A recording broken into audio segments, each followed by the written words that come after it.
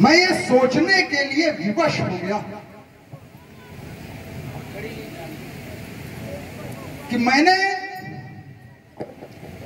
मिथिला के विषय में, राजा जनक के विषय में जितने भी विचार अथवा वक्तव्य सुने थे वो मिथ्या है। मैंने यहां के विषय में सुना था, यहां का समाज ज्ञानी है, शुचि है, पवित्र है, पूर्ण नरनारी सुभग शुचि संता धर्मशील ज्ञानी गुण। यहां के समाज के लिए मैंने ऐसा सुना था।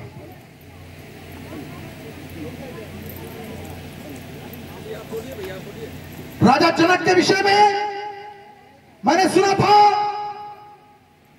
कि जासु ज्ञान रवि भव निशि नाशा।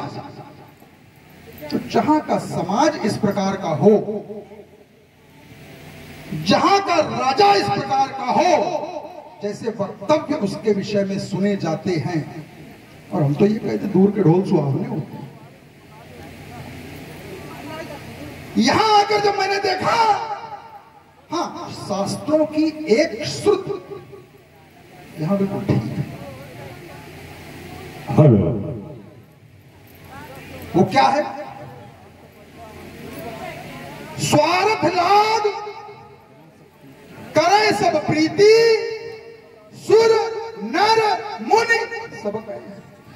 ये यहां पर चरित्रार्थ हुआ है जो मैं देख रहा हूं। अपनी पुत्री के विवाह के लिए, अपने दायित्व के पूर्ति के लिए, निज स्वार्थ के कारण आज राजा जनक ने ऐसे आयुध को, जिसका अपने यहां महिमा मंडन कर रखा था, और आज से नहीं, पीढ़ियों से जिसका पूजन होता आया था, आज स्वार्थ के चलते इसको बलि की वेदी पर चढ़ा दिया। और यही हमारा इस राज समाज के अंतर्गत प्रश्न है कि क्यों?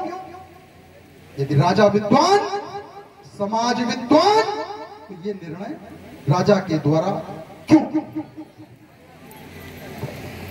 मिथिला समाज में सम्मानित दशहरा जी का शुभागमन, शुभ आगमन के उपरांत राजा जनक के द्वारा स्वागत और सम्मान, स्वागत और सम्मान के तदुपरांत श्री रावण जी का समाज में एक उद्बोधन, और उद्बोधन में शास्त्र की सूक्त को आधार बना करके स्तुत किया जाना।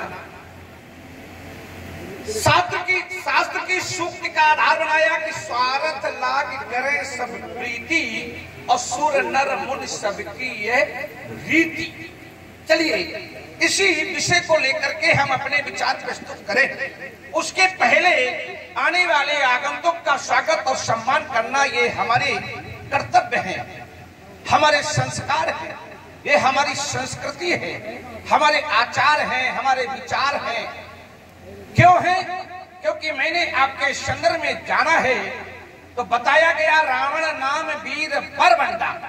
रावण नाम के आप प्रचंड श्रेष्ठ वीर हैं।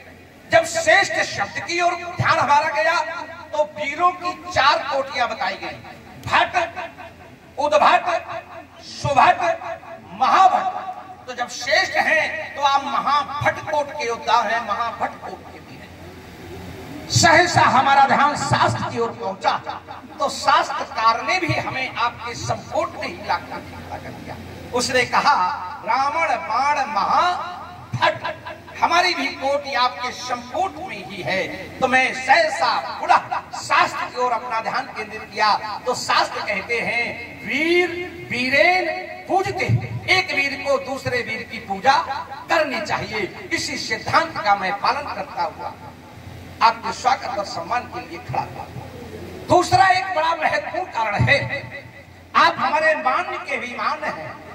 हमारी बुआ रत्नमाला की बेटी वज्र ज्वाला आपके आपके छोटे भाई कुंभकर्ण को ब्याही हुई है, तो आप हमारे मान्य के भी मान्य हैं। इस कारण भी हमारा नैतिक धर्म है कि हम आपका स्वागत करें, सम्मान करें। अष्टमिथिला की पावन भूमि पर रक्त संस्कृति का प्रचार प्रसार करने वाले राजेंद्र पुलस्त वंश के कुल दीपक माँ केशी के गोद के प्रसून सम्मानित दशानंद जी, ये बाण मिथिला की पावन भूमि पर आपका अभिनंदन करता है, आपका स्वागत करता है, आपके चरणों में कोटि कोटि वंदन करता है। शिखर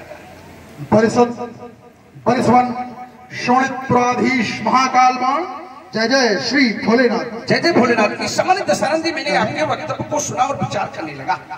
अगर कोई परंपरा ही है तो फिर परंपरा पर विरोध क्यों है? अगर कोई रीत रिवाज है तो उस रीत रिवाज का विरोध क्यों आपके द्वारा हो रहा है? भाई आप कह रहे स्वार्थ लाग करे सब प्रीति और सुर नर मुनि सबकी ये रीति। जब ये रीति ही है, परंपरा ही है, तो फिर परंपरा का विरोध क्यों हो रहा है? अगर ये परंपरा से हट करके राजा जनक कोई कार्य कर रहे होते तब तो आपका विरोध सार्थक था। अगर परंपरा के अनुसार ही राजा जनक कोई कार्य कर रहे हैं तो मेरी दृष्टि में ये आपका विरोध निरर्थक है, ये सार्थक नहीं है। एक विशेष से मैं फिर जोड़ दूं, आज तो एक और परंपरा का जन्म हो रहा है। क्या परंपरा का जन्म हो रहा है? आज से प्रकृति धनु विघटन परिपाटी, आज से धनुष तोड़ने की परपाटी माने परंपरा, आज से धनुष तोड़ने की परंपरा का भी प्रारंभ हो रहा है। एक परंपरा का निर्वहन राजा जनक कर रहे हैं और दूसरी परंपरा आज से जन्म ले रही है। तो जो एक परंपरा है और एक परंपरा जन्म ले रही है तो इसका विरोध आपके द्वारा क्यों हो रहा है? जबकि समाज में बैठे हुए ज्ञानियों ने इसी कार्य का अप्रत्यक्ष रूप से समर्थन किया। यहाँ बैठे हुए याज्ञवल्क्य जी, यहाँ बैठे हुए पूषा महाराज जी, यहाँ बैठे हुए कुल आचार्य शतानंद जी, यहाँ बैठे हुए हैं ज्ञान के गुरु अष्टावक्र जी, यहाँ पर शांकल ऋषि बैठे हुए हैं। इतना ही नहीं, वर्तमान का सर्वश्रेष्ठ महाज्ञानी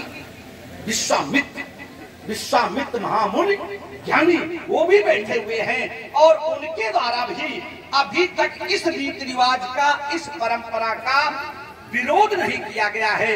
आपके द्वारा जो विरोध किया जा रहा है तो क्या विरोध का कोई दूसरा मूल कारण है? एक शब्द से अपनी बात को जोड़ते हुए अल्प विराम देता हूँ। अगर धनुष तोड़वाया भी जा रहा है तो आपका विरोध क्यों है? आपको इस धनुष से इतनी श्रद्धा क्यों है? आपको इस धनुष से इतनी ममता क्यों है? श्री राम बड़ा आनंद का कहा था। मैंने कहा था कि मैंने यहाँ के समाज के विषय में कुछ और सुन रखा है। मैंने कहा था मैंने यहाँ के राजा के विषय में भी कुछ सुन रखा है और मैंने बताया भी था यहाँ का समाज कैसा है, यहाँ का राजा कैसा है। इसके पश्चात मैंने आपसे कहा कि यहाँ एक सामान्य परंपरा का निर्वहन किया जा रहा है। कहने का आशय यह है हमारे सुर, नर और मनुष्य, इन तीनों की सामान्य परंपरा ये है, सामान्य पद्धति ये है, या कहते हैं इनका स्वभाव ये है। ये सदैव स्वार्थ को देख करके ही प्रीति करते हैं। अगर इनका स्वार्थ नहीं है तो ये पड़ोसी से भी बात नहीं करते। हाँ, इनका स्वार्थ है तो ये उसके लिए सब कुछ करेगा। कहने का आशय हमारा ये था, कहने का भाव हमारा ये था। और राजा जनक जैसा व्यक्तित्व तो अगर इसी का पालन करेगा तो प्रश्नवाचक चिन्ह लगाना स्वाभाविक हो जाता है। क्यों? राजा जनक से ऐसी अपेक्षा नहीं है। और आपने इतने नाम गिनाए। हमने कहा था राजा जनक का समाज, इसलिए तो कहा था इतने विद्वत चेहरे दिखाई दे रहे हैं, ये लोग बैठे हुए और उनके द्वारा भी उसी निम्न परंपरा का पालन किया जा रहा है जिसका कि पालन सामान्य मनुष्य करते हैं। राजा जनक के द्वारा यदि उसका पालन किया जाएगा तो क्या ये उचित है? चलिए एक उदाहरण,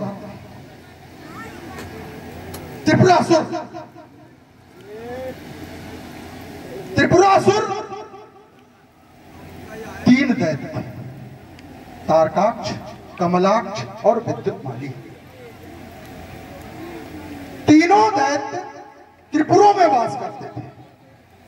मैदानों के द्वारा 3 त्रिपुरों की रचना की गई थी। स्वर्ण, रजत और लौह, ये 3 नगर थे, अलग अलग बनाए गए थे और तीनों अंतरिक्ष में विचरण किया करते थे। और तीनों ही लोग सतत भगवत भक्ति में लीन। ये नई बात कहूंगा आपसे, आज नया तर्क दे रहा हूं। तीनों ही दैत्य सतत भगवत भक्ति में लीन रहते थे। उससे हुआ क्या? इंद्र को खतरा उत्पन्न हो गया। दैत्य भगवत भक्ति कर रहा है, खतरा इंद्र को उत्पन्न हो रहा है। किया क्या इंद्र ने? भगवान शंकर के पास गया। देखिए स्वार्थ, इसी को मैं कह रहा हूं। अभी यहां मनुष्यों का स्वार्थ दिखाया आपको राजा जनक के द्वारा, और देवताओं का स्वार्थ देखिए। भगवान शंकर के पास गया और भगवान शंकर से कहा इन त्रिपुरन को नष्ट करो, ये तीनों दैत्य हैं, इनको खत्म करो। शंकर ने मना कर दिया। भगवान ने कहा जब वो भक्ति में लीन है और आचार विचार के शुद्ध हैं, क्यों समाप्त करें? अब इंद्र विष्णु जी के पास गए, भ्रातृत्व तो है, दोनों भाई हैं। विष्णु के पास गए, विष्णु से वही रचना किया। विष्णु का इंद्र पर विशेष स्नेह, उन्होंने कहा ठीक है समाप्त कराते हैं। भगवान शंकर के पास गए, भगवान शंकर ने पुनः विष्णु को मना किया कि मेरे से ये नहीं हो पाएगा, तीनों दैत्य भक्ति में लीन है तो हम ये नहीं कर पाएंगे। भगवान विष्णु ने उन तीनों को पथभ्रष्ट किया। जैसे यहां पर अभी तक हो रही थी पूजा अर्चना, और आज स्वार्थ खत्म करो, बवाल पाले हैं बिना मतलब, हटाओ, तोड़ने का निर्णय राजा जनक के द्वारा ले लिया। इसी प्रकार से वहां पर विष्णु भगवान ने तीनों को पथभ्रष्ट किया, माया की रचना की, माया के द्वारा उनको आचार विचार से भटकाया और 1.5 करोड़ मंत्रों का जाप, ये कोई नहीं बताएगा। विष्णु ने जल में खड़े रहे, ओम नमः शिवाय शुभम शुभम कुरु कुरु शिवाय नमः ओम, 1.5 करोड़ मंत्रों का जाप। इसके पश्चात जब वो पथभ्रष्ट हुए तो भगवान शंकर के द्वारा उनका वध किया गया। और आप ये कह रहे हो कि ये तो रीति चल रही, तो आपका विरोध क्यों? भाई विरोध हमारा इसीलिए है, ये सामान्य मनुष्यों की रीति है, राजा जनक से इसकी अपेक्षा नहीं करते। चलिए, बहुत बढ़िया चिंतन और शास्त्र सम्मत चिंतन प्रस्तुत किया है। आप जैसे व्यक्ति से अपेक्षा भी की जाती है, इसके लिए आपको कोट कोट शाबाश। यद्यपि आप जैसे लोग होते तभी इस प्रकार का चिंतन भी आता है, सबके सम्मुख आता भी, और स्वीकार करना भी है हमारा नैतिक धर्म, क्योंकि शास्त्र की बात को अगर स्वीकार नहीं किया जाएगा तो शास्त्र दोष लगता है, ये भी पाप है।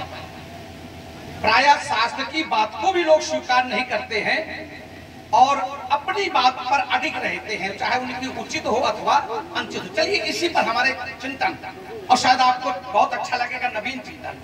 आपने कहा मनुष्य जैसे प्राणी के द्वारा भी मनुष्य को आपने इतना छोटा क्यों समझ लिया? उस मनुष्य को आपने इतना छोटा समझ लिया जिस मनुष्य के लिए कहा जाता बड़े भाग्य मानुष तन पावा, माने जो बड़े भाग्य से मनुष्य का शरीर मिलता है, उस मनुष्य के शरीर के कृत्य को आप इतना छोटा समझ रहे, कह रहे ये सामान्य प्राणी, अरे मानव माने सामान्य है, ये सामान्य प्राणी मानव है, जो बड़े भाग्य से जिसको शरीर मिलता है, ये सामान्य है। यहां तक लिखा गया बड़े भाग मानुष तन पावा और सुर मुनि दुर्लभ। इस शरीर को पाने के लिए तो मुनि और देवता भी लालाहित रहते हैं, उन्हें भी नहीं मिलता, वो भी परेशान रहते, और उस शरीर के द्वारा किए जा रहे कार्य को आप इतना सामान्य कार्य समझ रहे हैं, इतना सामान्य कार्य।